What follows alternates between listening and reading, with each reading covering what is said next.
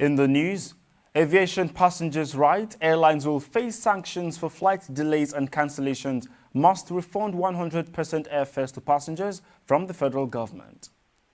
Ex-South African President Jacob Zuma complies with court sentence, turns himself in for prison term.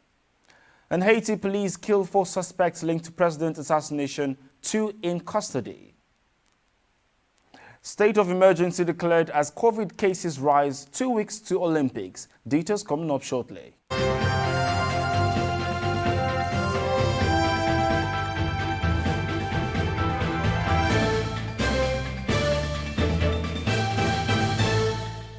This is TOS Television, your digital first Pan-African news network. I am Merciful Ajinomo, and you're watching TOS News 360. Nigeria's Minister of Aviation says airline operators in the country will be sanctioned for defaulting on consumer rights and must refund the full cost of travel tickets to passengers after a 2-hour flight delay and cancellation. Hadi Sirika made this known on Thursday at the weekly State House briefing in Aso Villa, Abuja. Of the 14,662 domestic flights operated in the country in the first quarter of this year, 7,554 were delayed. Currently, there are 9 domestic airlines operating scheduled flights in the country, as 19 airlines operate international flights in and out of Nigeria. The Senate Committee on the Independent National Electoral Commission (INEC) on Thursday started the screening of Loretta Onoche and other nominees for the appointment of national commissioners. The opposition People's Democratic Party, civil society groups, others protested against the nomination of Onoche, who currently serves as Senior Special Assistant on New Media to President Buhari. The party argued that Onoche would pollute the atmosphere of neutrality and fair play in the commission because of her affiliation with the ruling All Progressives Congress. On security, the Chief of Defense Staff, Lucky Irabo, says the armed forces are developing new capabilities in intelligence and surveillance, which are essential in tackling insecurity across the country. He disclosed these on Wednesday at a dinner held in honor of Senior Course 43 of Command and Staff College, Jaji, Kaduna State.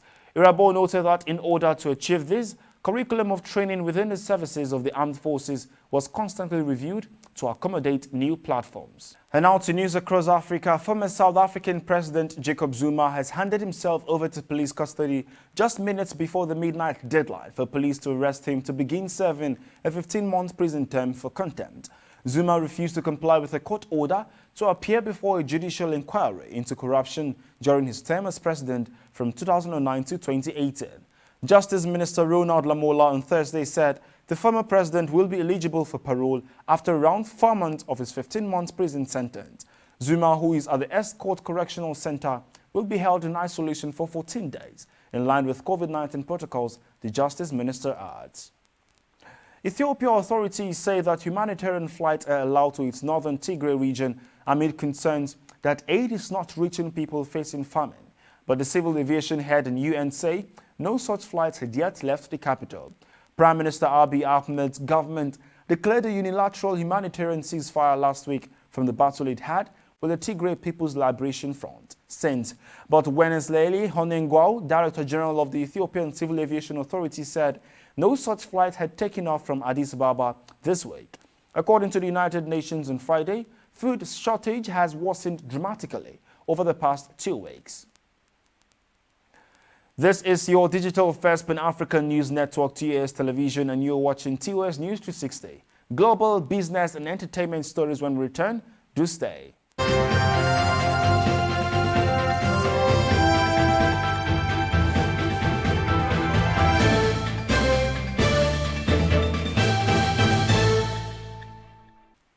Welcome back. On the global scene, 4 suspected killers of President Jovenel Moise have been shot dead by security forces in Haiti, and 2 others captured while some remained at large, and the manhunt was still underway, says the country's police chief on Wednesday. Moise, a 53-year-old former businessman who took office in 2017, was shot dead, and his wife, Martin Moise, was seriously wounded when heavily armed assassins stormed the couple's home at around 1 a.m. local time on Wednesday. The Haitian government has declared a 2-week state of emergency to help it fight the assassins. In business, the Debt Management Office on Nigeria has shown that the cumulative domestic debts of Lagos and 14 other states rose by 153.82% between December 2015 and March 2021.